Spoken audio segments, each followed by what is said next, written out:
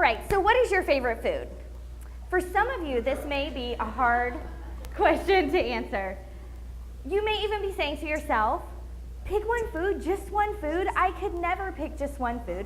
I might be able to pick a favorite course or a favorite type of food, maybe narrow it down to a type of dessert, but I could never pick just one food. Is this you with the palate that is expansive and adventurous and loves the new and the different and the varied? What is your favorite food? I'm pretty adventurous when it comes to food, but I can tell you what my favorite type of food and my favorite meal is, and that is chicken and dumplings. More specifically, my mama's chicken and dumplings, and that's what I ask for every year for my birthday dinner. Now, I know that not all of you are super adventurous, though, and I know this for sure because I know my husband, and I know that if you were to ask him what his favorite food is, he would, without a moment of hesitation, say, pepperoni pizza. His palate is constant and it's stable, and he always likes what he orders, and he never feels regret when he sees a new food pass him by. So what about you? What is your favorite food? Isn't it interesting how we all have such different preferences for what we like to eat or smell or wear? And the fact that we're all so different means that no matter how popular a food is, there will always be someone that comes along that doesn't really care for it.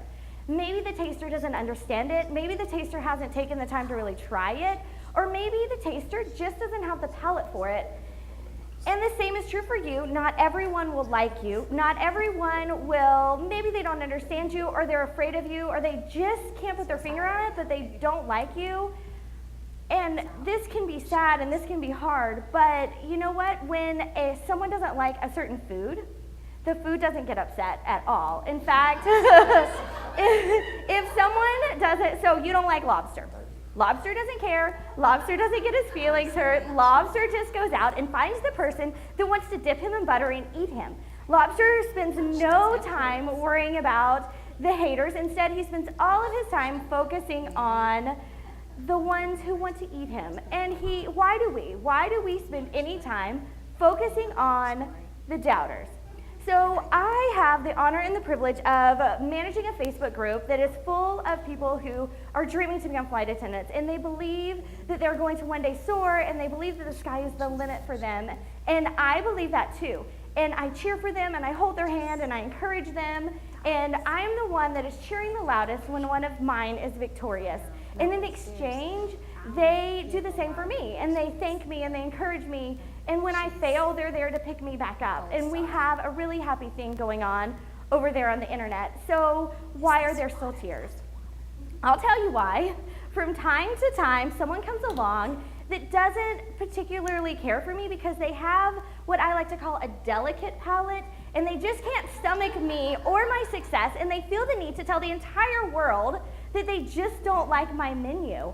And I know that my intentions are good, and I know that my heart is in the right place, and I know that their words shouldn't matter, but they do. And so that's why sometimes I find myself crying in the kitchen like a prep cook chopping onions. And why do we do this to ourselves? Why do we try at all to try to convince the haters to like us?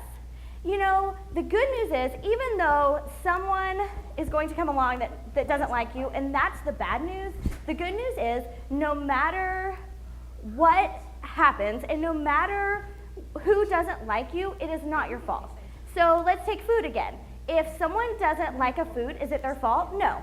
If someone doesn't like lobster, they don't particularly care for seafood, is it the lobster's fault?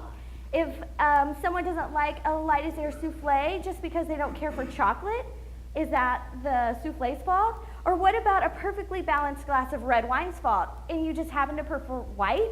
Is that its fault? No. And it's not your fault that the haters and the doubters are too short-sighted to see the magic of your recipe. It's not your responsibility to convince everyone to love you. Your only responsibility is to keep creating, keep serving, keep dreaming, and remember, crying in the kitchen is okay as long as you can pick yourself up and you keep on cooking.